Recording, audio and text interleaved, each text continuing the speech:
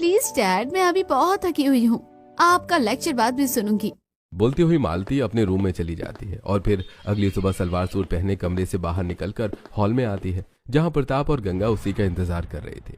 अच्छा हुआ तुम आ गई, हमें मार्केट जाना है तुम्हारे लिए नई सलवार सूट लेने।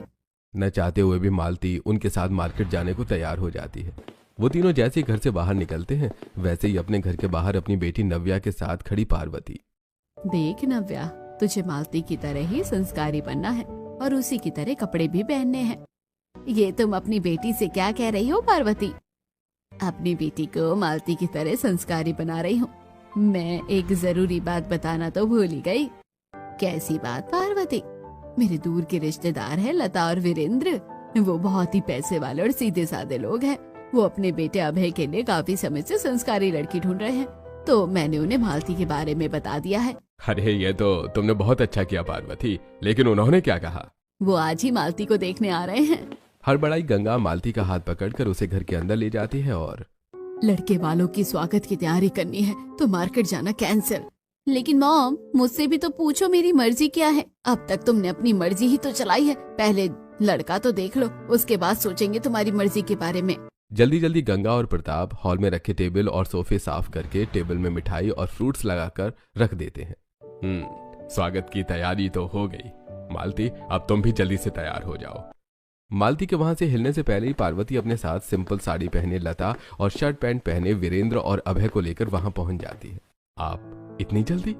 आइए आइए बैठिए। प्रताप उन चारों को सोफे पर बिठाता है। देखिए भाई साहब, हम आपके यहाँ संस्कारी बहू मिलने की उम्मीद में आए हैं। भाई साहब, जितना मैं जानती हूँ आपको मालती से संस्कारी बहू कोई और नहीं मिलेगी। पार्वती के इतना बोलते ही मालती वीरेंद्र के और लता के पैर छू लेती है। अरे बस बस बेटी, ये सब करने की क्या जरूरत है? तुम तो सच में बहुत संस्कारी लग रही हो। पहली नजर में मैंने तुम्हें अपनी बहू मान लिया। बेटा, तुम्हारे मन में भी कोई सवाल हो तो पूछ लो मालती से। मैं क्या पूछूं पापा, आप ही पूछ लो। आपका बेटा तो बहुत सीधा है। हाँ भाई साहब, इतना सीधा कि लड़के से बात करने में भी शर्माता है। और हमारी बेटी भी किसी लड़के से बात नहीं करती है। हमें ऐसी ही संस्कारी बहू तो चाहिए थी। हमें मालती पसंद है।